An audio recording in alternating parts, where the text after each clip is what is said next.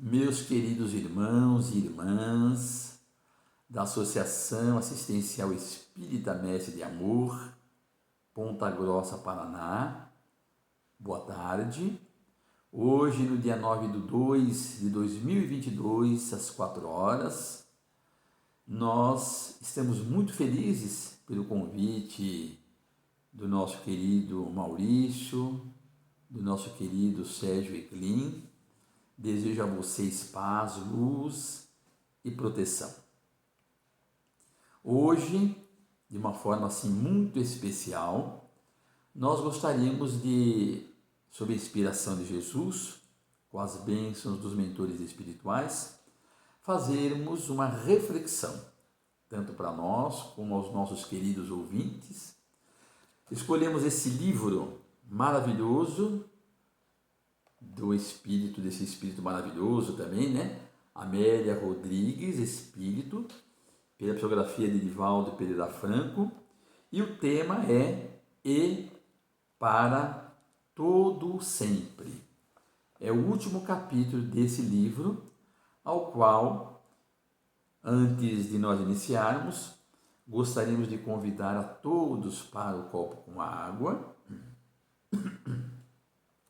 a garrafinha com água, e fazermos uma singela prece, fechando os nossos olhos, pedindo a Jesus que nos inspire, que os mentores espirituais desse projeto maravilhoso, Jesus, luz de nossas almas, possam as entidades amigas adentrar a cada lar, levando aquilo que tanto precisamos, fortalecendo os nossos ideais, amparando em nosso trabalho, e que a paz, que a proteção, que a luz se espalhe por todos os corações amigos que estão nos vendo, que estão nos ouvindo, ou aqueles que depois haverão de nos ouvir. Muita paz, muita luz, e vamos então ao nosso estudo e reflexão desse espírito maravilhoso, Amélia Augusta do Sacramento Rodrigues, que nasceu no ano de 1861 na fazenda Campos e desencarnou no ano de 1926 em Salvador, aos 65 anos de idade. Amélia Rodrigues, enquanto na Terra, foi uma grande educadora, foi escritora, foi teatróloga e poetisa brasileira.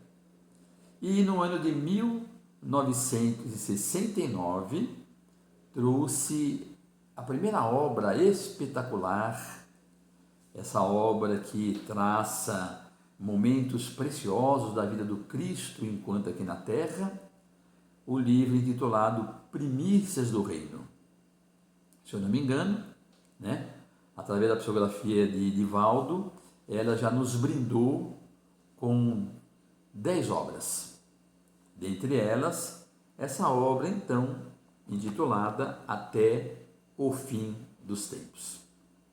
Dessa forma, nós haveremos de ler alguns trechos e fazer uma reflexão bem simples, bem humilde, mas temos a certeza que será de grande importância por todos nós. Amélia Rodrigues inicia falando sobre o grande amor que os discípulos tinham por nosso Senhor Jesus Cristo e que de repente foram pegos de surpresa pela tragédia do Gólgota, pela crucificação, por tudo aquilo que nosso Senhor passou. Embora ela diz que eles sabiam o tipo de morte pelo qual Jesus havia dito. Tanto é que lá em João, capítulo 12, versículos 32 e 34, Jesus diz que quando ele for levantado da terra, atrairá para o seu coração toda a humanidade, todos aqueles que o amam, mostrando que, ao ser levantado da terra, com toda certeza seria a crucificação. Mas é claro que eles não entendiam como Jesus poderia se deixar martirizar daquela forma. Eles que, estando com o nosso Senhor, haviam presenciado tantos fenômenos, tantos milagres, se saíram da melhor forma possível quando era questionado por todos aqueles que se diziam superiores, e Jesus tranquilamente os respondiam: dai a César o que é de César e a Deus o que é de Deus. Cada enfrentamento, cada resposta que Jesus dava, eles ficavam felizes, se cercavam do Mestre. Quando Jesus caminhou sobre as águas, na multiplicação dos pães, na cura dos leprosos, quantas coisas eles haviam presenciado e não poderiam de forma nenhuma. Como o Senhor Deus Todo-Poderoso haveria de permitir que acontecesse o que aconteceu?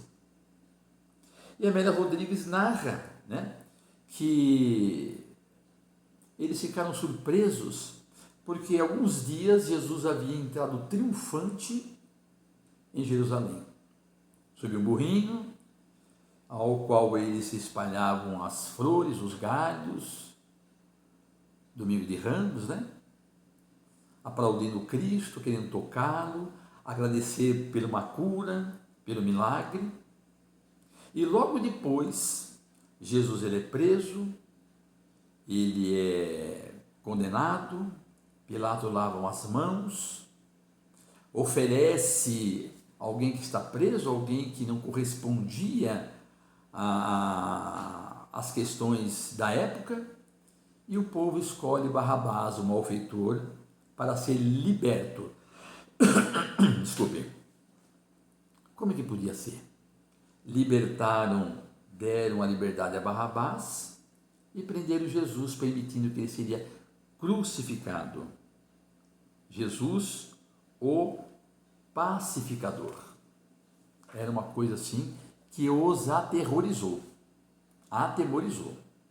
Então todos eles foram para a casa de Simão Pedro, fugiram, fecharam as portas, porque eles estavam com muito medo dos fariseus, essas pessoas hediondas, como narra aqui Amélia Rodrigues, que eles causavam grande horror, um grande temor, e incitava a turba multa.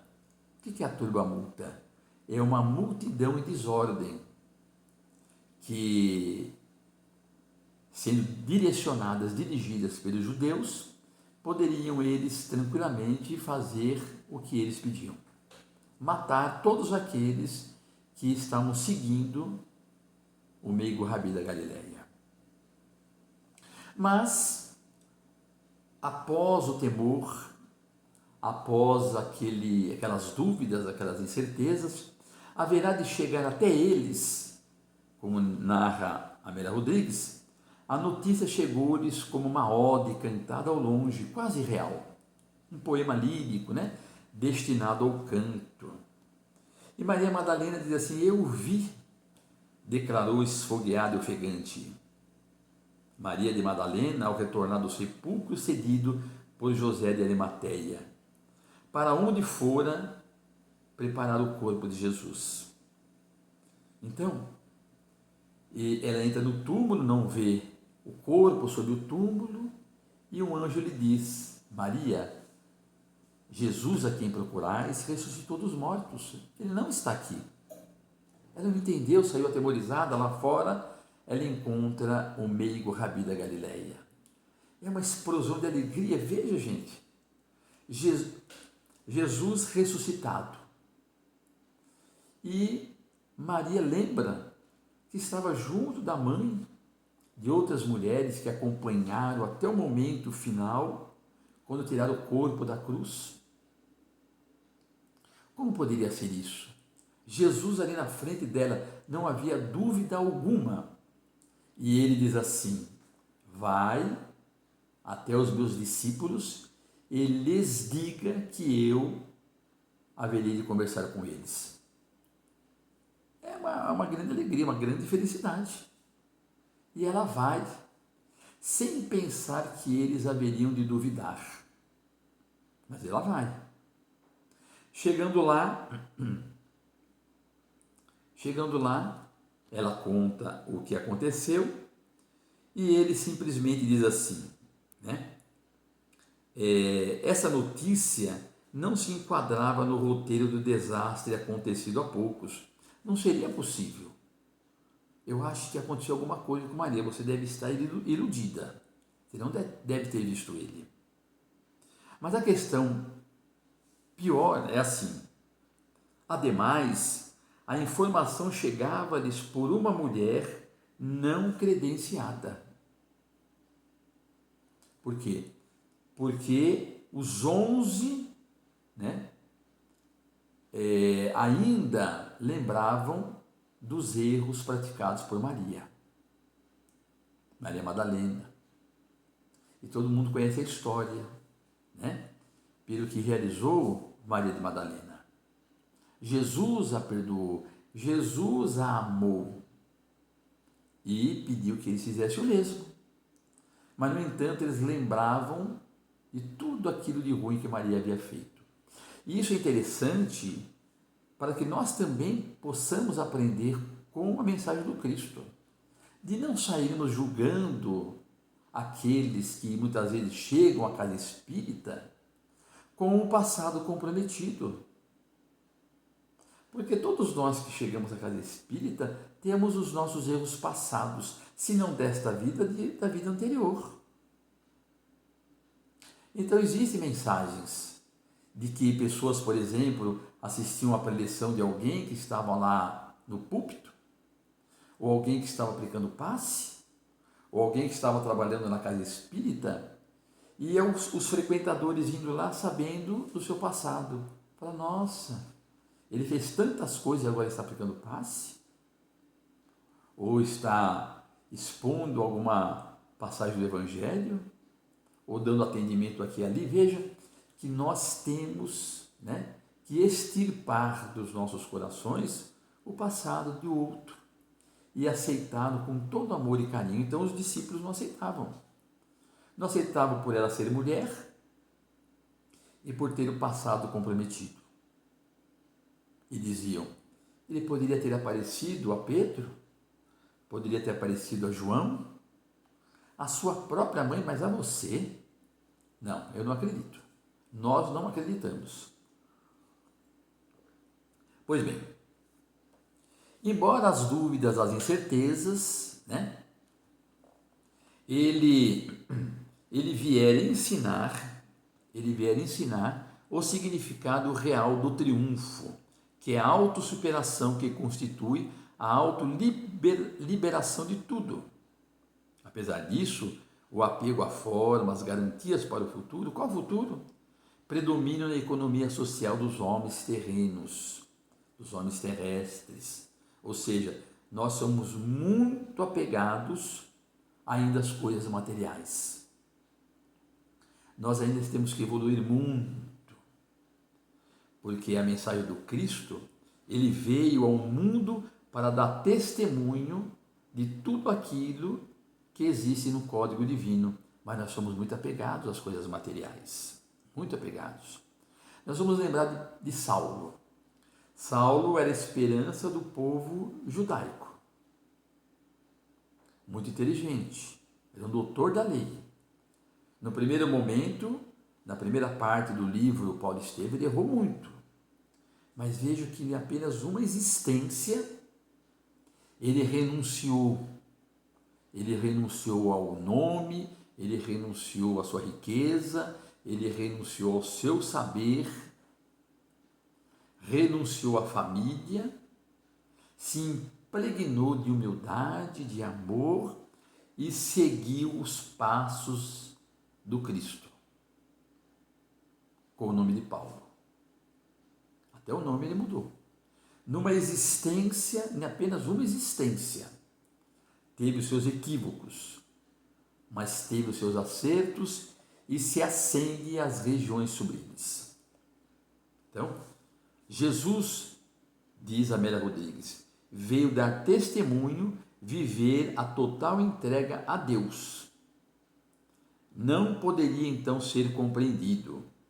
Só a pouco e pouco, através dos tempos, é que vem sendo descoberto. Então, o que acontece? Nós gostaríamos de lembrar aqui que Jesus, ele é o governador da terra, isso nós sabemos.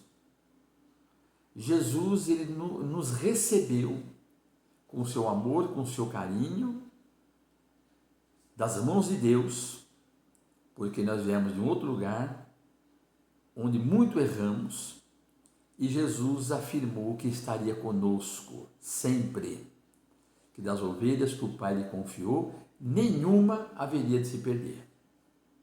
E é importante que se diga que Jesus, ele é antes de nós. Ele é antes do planeta. Lá no livro A Caminho da Luz, no capítulo 1 de Emmanuel, na Gênese Planetária, há uma informação de que o planeta Terra tem 4,5 bilhões de anos. Mas Jesus é antes do planeta. Jesus é da esfera crística, junto com outros tantos espíritos crísticos. Então ele é antes de nós. Nós vamos lembrar aqui em João, capítulo 8, versículo 58, quando Jesus conversa com os judeus.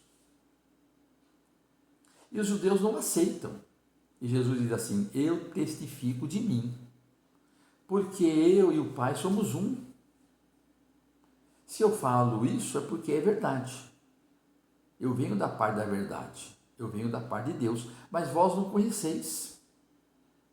Vocês dizem que tem por pai Abraão. Se vocês tivessem mesmo por pai Abraão, vocês me aceitariam. Porque Abraão, na sua glória, já viu, a minha vitória. E ficou muito feliz com a minha vitória. E eles começaram a rir. Disseram assim: mas você não tem nem 50 anos e você conheceu Abraão? Ele falou: sim, porque antes que Abraão fosse, eu sou. Aí pegaram em pedras para apedrejá-lo, porque é assim que acontece. Quando não se tem argumentos, há o desequilíbrio, a revolta.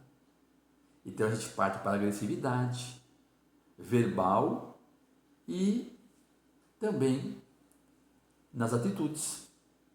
Então eles pegaram em pedras e Jesus, como sabia que não tinha como argumentar, se esquivou e saiu para um outro lugar. Então nós vamos encontrar essa informação lá em João, capítulo 8, versículos 58. Lembrando que Abraão vivera 1800 anos antes do Cristo. Mas o que é 1800 anos antes do Cristo? No relógio do tempo, no relógio da vida. É eterno. Jesus é antes de todos nós. Então, o que é interessante é que, passado alguns dias, Jesus retorna para o meio dos discípulos. Então, Jesus diz assim: paz seja convosco. Por que duvidastes? Eu não vos disse que volveria ao terceiro dia? Eu não disse? Vocês não lembram que eu ressuscitei Lázaro, a filha de Jairo, a filha de Naim?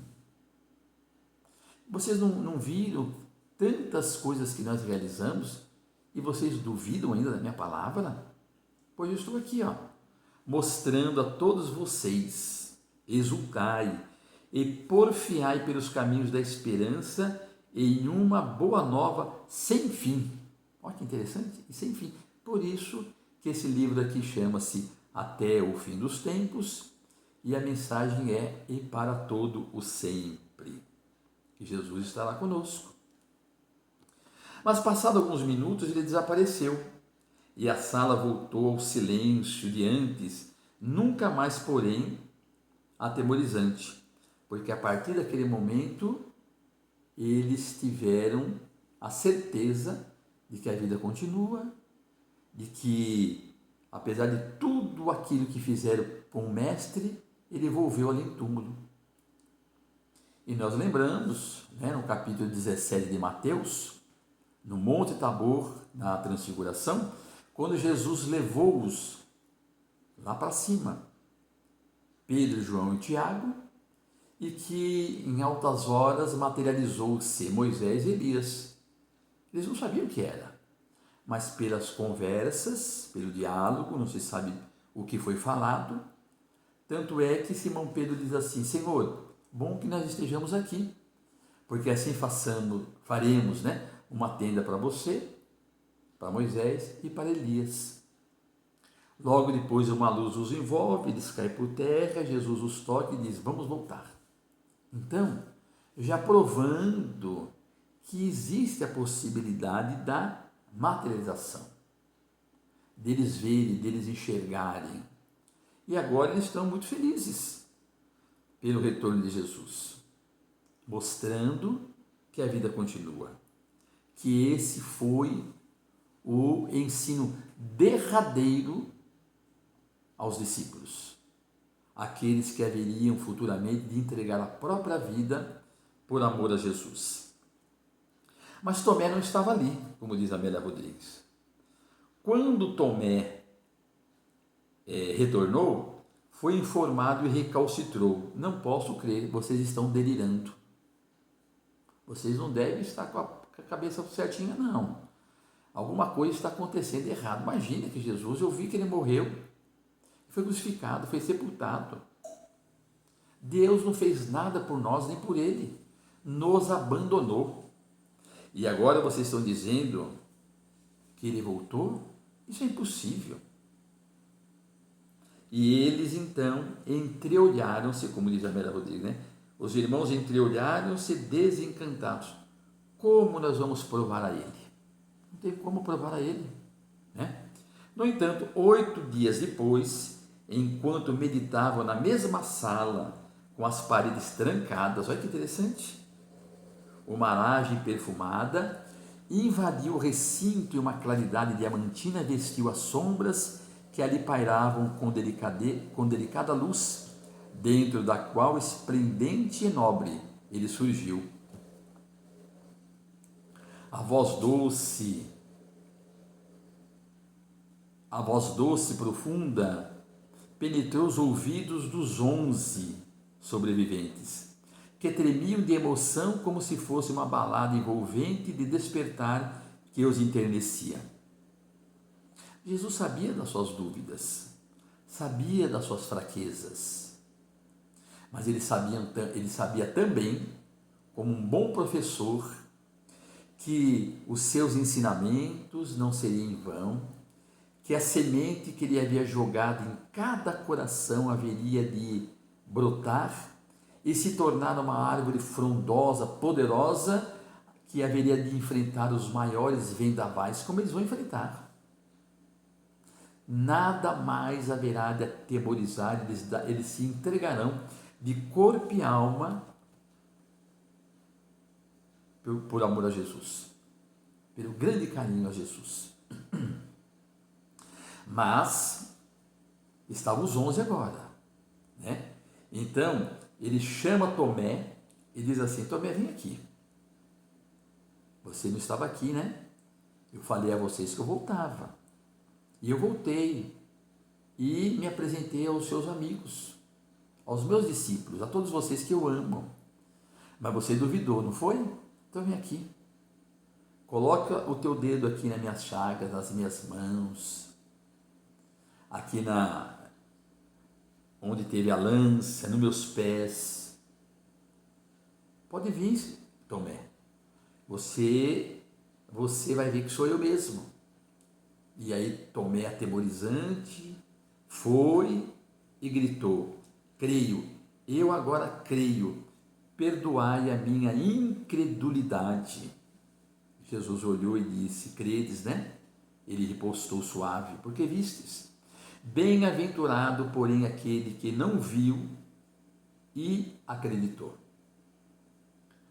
O que nós gostaríamos aqui, gente, de lembrar, né, é que Jesus tem o poder de ler pensamentos. Mesmo na sua ausência, ninguém falou para Jesus. Olha, Tomé duvidou. Jesus sabia. Como também quando ele apareceu a Maria e depois voltou aos discípulos, você duvidou que ela estava falando? Pois eu estou aqui, ó. Porque Jesus sabia. Jesus está conosco em espírito, mas de uma forma real. Jesus não está mais na cruz. Tiremos ele da cruz. Como há mais de 2000 anos, que ele seguiu com os primeiros cristãos, com os discípulos, acompanhando nos primeiros 300 anos de cristianismo puro, e está conosco até hoje. Basta que nós abramos os nossos corações, erguemos os nossos pensamentos e aceitemos. E todos aqueles espíritos puros lêem os nossos pensamentos.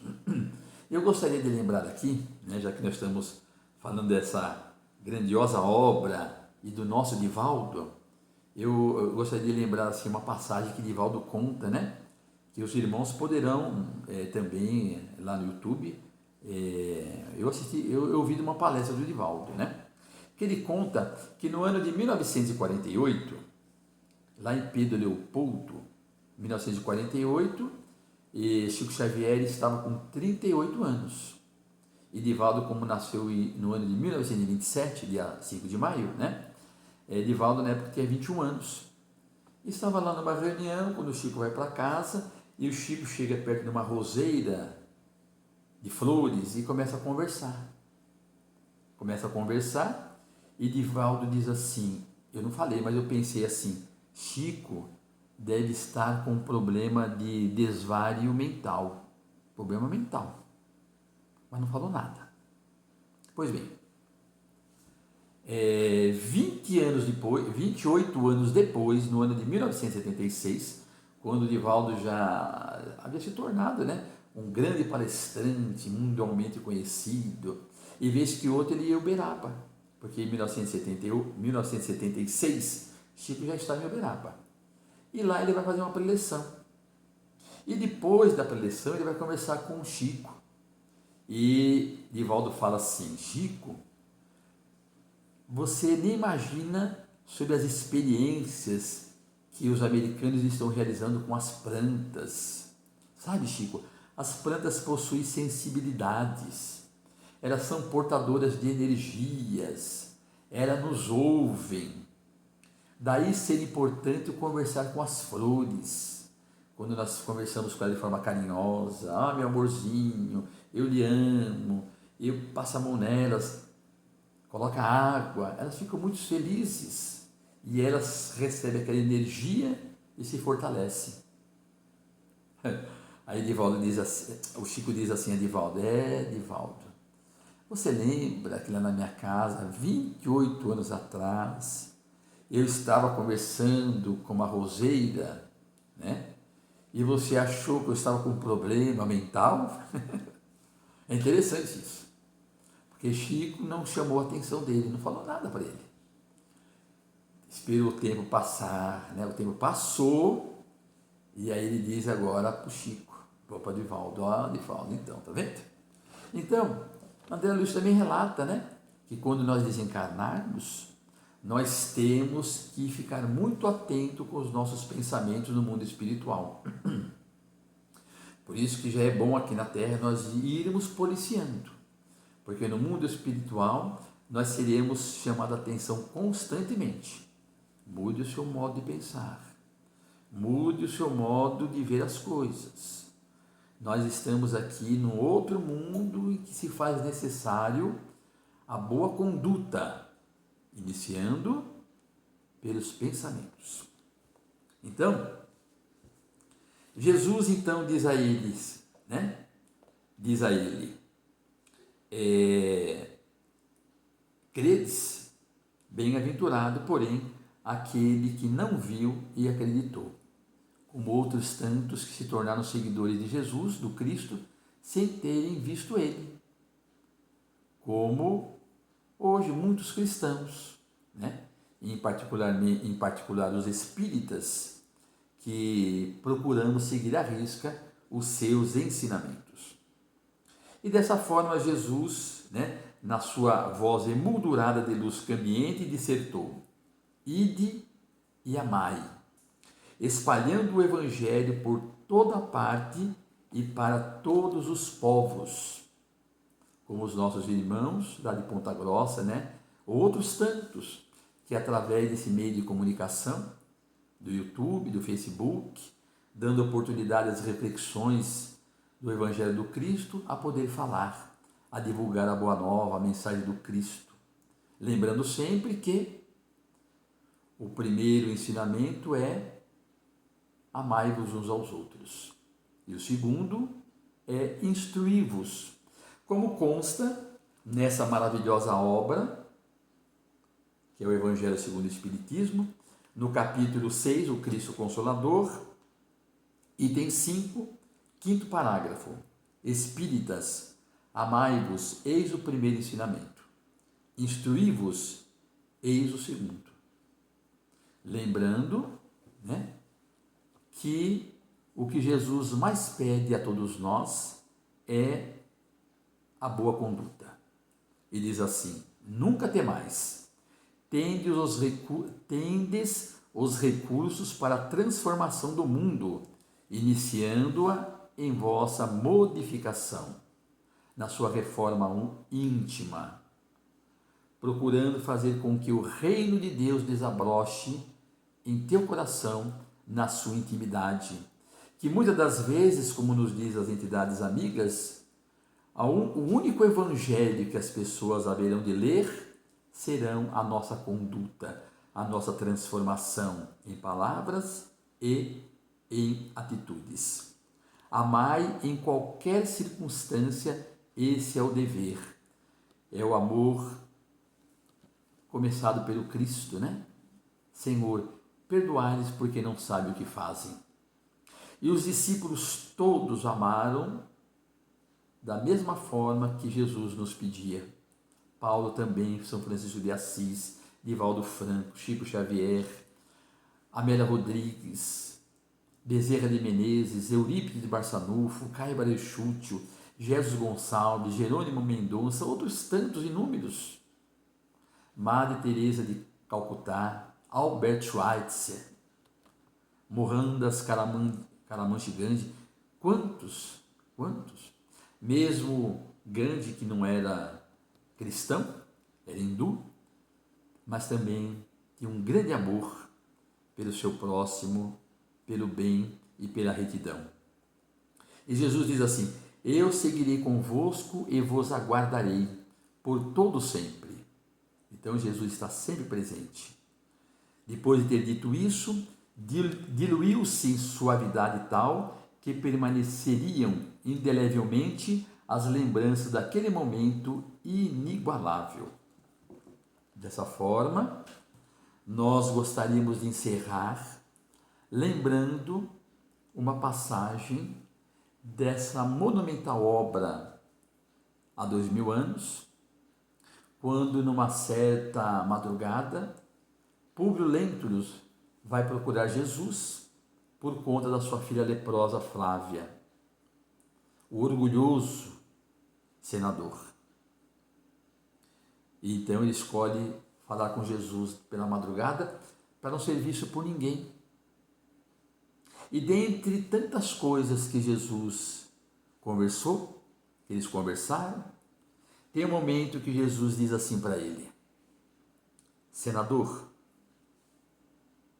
você pode me seguir hoje, realizando os meus preceitos, ou daqui a milênios. A escolha é tua. E dessa forma, depois de nós lermos essa monumental obra, fazermos de uma forma muito singela as reflexões sobre esse tema e para todo sempre, nós gostaríamos de lembrar essa frase para todos nós. e a mim particularmente. Lembrando a palavra do Cristo: meus filhos, vocês poderão me seguir hoje, arrisca que eu estarei convosco, ou daqui a milênios. Porque já fazem milênios que nós ouvimos o convite do Cristo e ainda não conseguimos realizar a contento tudo aquilo que Ele tem nos pedido. Dessa forma, agradeço o carinho, a atenção, a consideração de todos vocês. E gostaria de encerrar pedindo a Jesus que a todos abençoe, que possa nos fortalecer para que definitivamente, compreendendo o teu Evangelho do Cristo, possamos colocar em prática os seus ensinos. Fique com Deus, uma boa tarde, uma feliz semana e até numa nova oportunidade, se Deus assim o permitir. Muito obrigado, obrigado mesmo de coração.